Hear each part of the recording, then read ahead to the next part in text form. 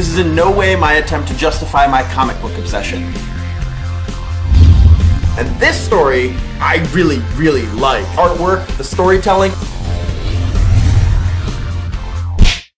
Hello and welcome to another episode of The Pull List. My name is Travis. Let's talk about how Mark Hamill is returning to voice the Joker in the animated adaptation of Batman the Killing Joke. Oh, that's a mouthful. Mark Hamill, best known for his role as Luke Skywalker in Star Wars, first voiced the Joker way back in the 90s in the Batman animated series. And this is amazing news, especially for 90s kids such as myself that grew up on the Batman animated series. And I know that Mark Hamill has voiced the Joker in other media such as Batman video games, but this is the Killing Joke. This is huge. This is the quintessential Joker story. Ever since the 90s, Mark Hamill and Kevin Conroy have been the Joker and Batman. Even when I read comics today, I still hear their voices in my head. Hamill's portrayal of the Joker is what's referred to as cheerfully deranged, which I feel is an incredibly fitting description. If for whatever reason you're unfamiliar with Mark Hamill's voice work as the Joker, there's a link down below to a little Q&A seminar type thing that he did at Star Wars Weekends, where he did a short little dialogue between Luke Skywalker and the Joker.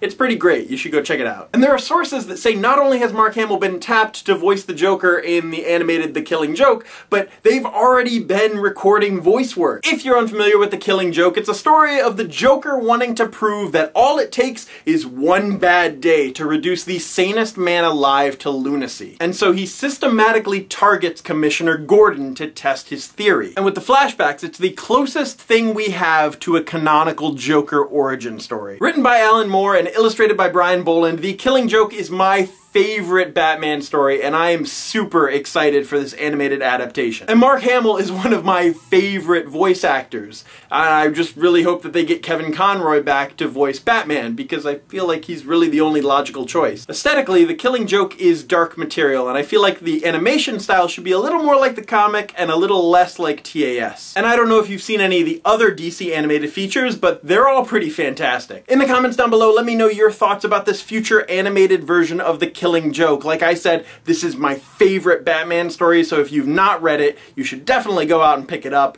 I love it because there's just so much to the story for being as small as it is. And like I said, Joker origin story, that's pretty interesting, and the whole thing at the end, the last few pages, it's great. It's great. So anyway, that's it for this episode of The Pull List. As always, my name is Travis. Thank you for fueling my comic book obsession, and you will see me soon.